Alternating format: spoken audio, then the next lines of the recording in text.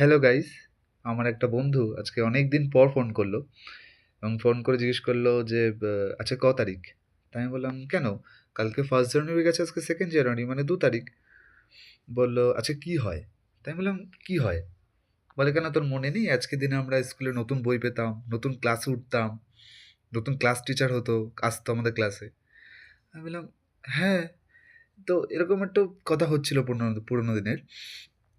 তাই আমি বললাম যে আসলেই যে নতুন ক্লাস মানে আমাদের কাছে নতুন স্বর্গ, নতুন পরিবেশ একটা। তারপরে নতুন ক্লাস টিচার।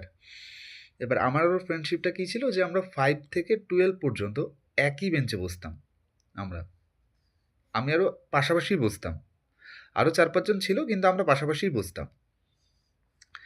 তারপরে মানে পরীক্ষার সময়ও আমাদের রোলটা এমনভাবে থাকতো যে হয় ও আগের বেঞ্চে, না আমি পরের বেঞ্চে, না আমি পরের বেঞ্চে, ও আগের বেঞ্চে। এরকম হতো।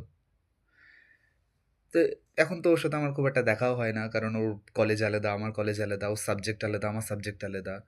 তারপরে ও পড়াশোনা নিয়ে ব্যস্ত, কাজবাজ নিয়ে ব্যস্ত, আমিও আমার কাজবাজ পড়াশোনা নিয়ে ব্যস্ত থাকি। তো খুব একটা দেখা হয় না। তো সেটাই। তো ভালো থাকুক পৃথিবীর সমস্ত বন্ধুরা, যাদের কিনা কাজের পরিস্থিতির চাপের জন্য বিভিন্ন বিভিন্ন আলাদা আলাদা শহরে থাকতে হয়।